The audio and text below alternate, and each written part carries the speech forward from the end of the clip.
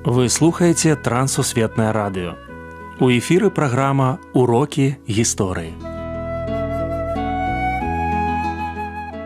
Запрашаем у падарожжа падзей, асоб і фактаў. Вучыцеся разам з намі. Добры дзень, сябры. Перад мікрафонам Сяржук Брышцель, кандыдат гістарычных навук Андрусь Унучак. Сёння мы пагаворым пра Джона Віта. Прывітанне, Андрусь. Прывітанне, Сяржук. Прывітанне, шаноўныя слухачы. Якое дачыненне гэты не Беларусь мае да Беларусі? Пастар Джон Віт, ён служыў пастарам у Слоніме, Дзярэчыне, Вільні, пастар метадысцкай царквы. Ён зрабіў вельмі шмат для евангелізацыі беларускага народу ў 20-е і пачатку 30-х гадоў 20-го стагоддзя.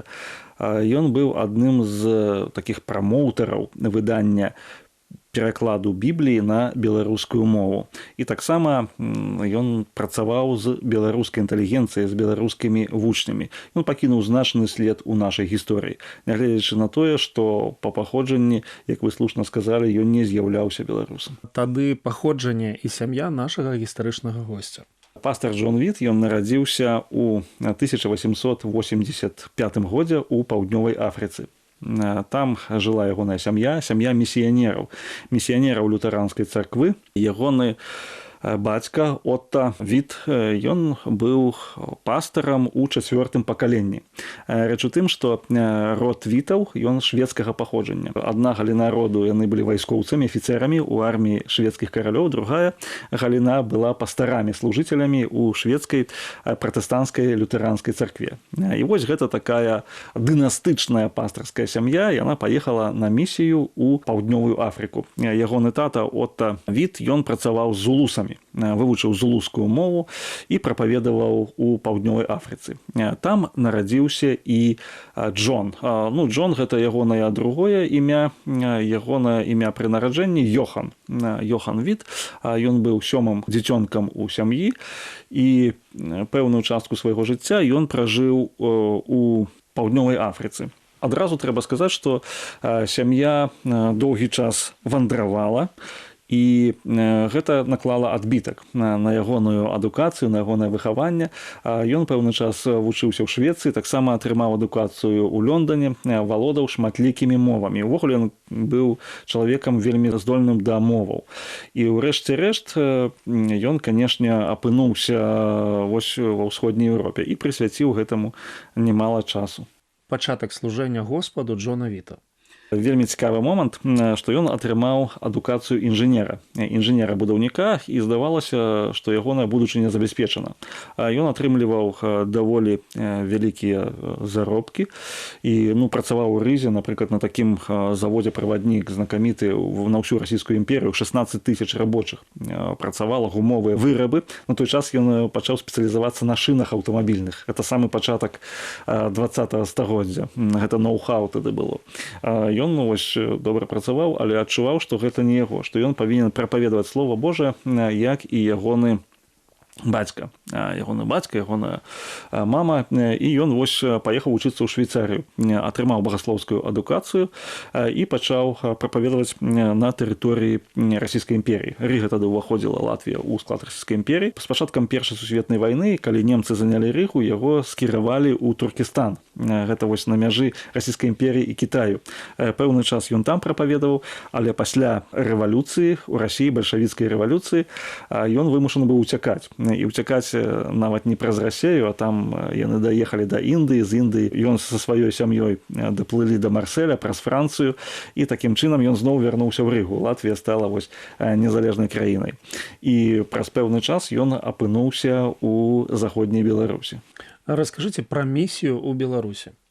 Вельмі цікавая рэч, што ён належаў да епіскапальнай метадысцкай царквы. Гэта царква ў заходняй Беларусі працавала з інтэлігенцыяй. Рэч у тым, што пачатак 20-го стагоддзя – гэта беларускі нацыянальны ўздым. Была абвешчана незалежнасць Беларускай народнай рэспублікі. З'явіліся вялікія такія беларускія арганізацыі. Была вельмі вялікая патрэба для таго, каб абвяшчаць Хрыста менавіта прадстаўнікам беларускай інтэлігенцыі. І вось ён гэтым заняўся. З самага пачатку, што ён зрабіў, ён пачаў вучыць беларускую мову. Ён ужо добра ведаў на той момант, са славянскіх моваў, расейскую і польскую. Ён заняўся вучэннем беларускай мовы і нават мог спяваць па-беларуску, мог гаварыць па-беларуску. З 1920-21 году вось ён апынуўся ў Вільні. Цяжкасці былі там з легалізацыяй, цяжкасці было са служэннем. Пасля заснаваў царкву ў Слонімі, прапаведаваў на Віленшчыне, пачаў выдаваць кнігі на беларускай мове. 1925 годзе гэта галоўныя асновы метадызму выдаў па-беларуску разам з Галляшом Леўчыкам і спрычыніўся да выдання некалькіх беларускіх газетаў. Газетаў маю на ўвазе хрысціянскіх, у тым ліку і светача хрыстовай навукі Яна Петроўскага.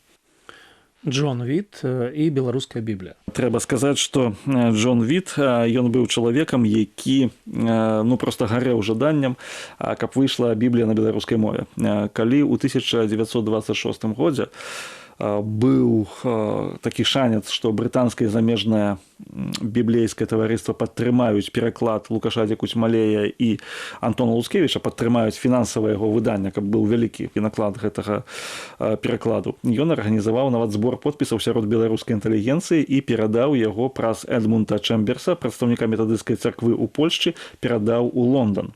І вось у Лондане вырашылі, што варта падтрымаць гэта мерапрыемства, і ён быў пасярэднікам паміж перакладчыкамі і брытанскім і замежным біблійным таварыствам.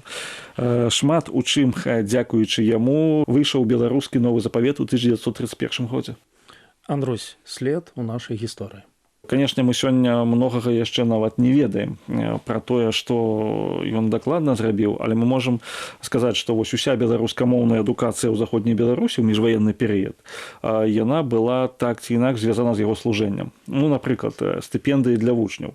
Вучні ў радашковіцкай беларускай гімназіі, там 50 вучняў, іх трэба было кожны дзень карміць. Шукаў падтрымку дабрачынную проста для абедаў вучнёўскіх. А яшчэ была гімназія ў Клецку, у Навагрудку і ў Вільні. Ён зрабіў вельмі шмат для таго, каб беларуская кніга хрысціянская распаўсюдзілася ў беларускім асяроддзі. Ён распаўсюджваў беларускія бібліі. І ён вельмі любіў Беларусь. Настолькі, што толькі высылка польскімі уладамі перашкодзіла яму застацца ў Беларусі. І таму ён ужо у другой палове свайго жыцця ён жыў за межамі Беларусі, жыў у Цюрыху і прапаведаваў сярод габрэяў. Памёр ён у 1973 годзе, пражыўшы 87 гадоў, і пакінуў вялікія ўспаміны. І значнае месца ў гэтых успамінах займае менавіта Беларусь.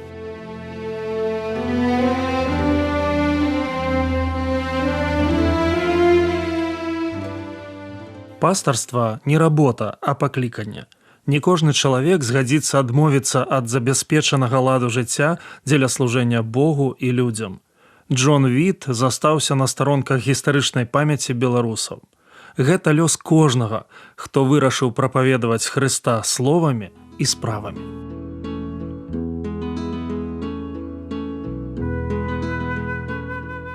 Дзякую, што далучыліся да нашага праекту. Калі ў вас ёсць пытанні, пішыце, каля ласка, на адрас Трансусветнае радыё, урокі гісторыі.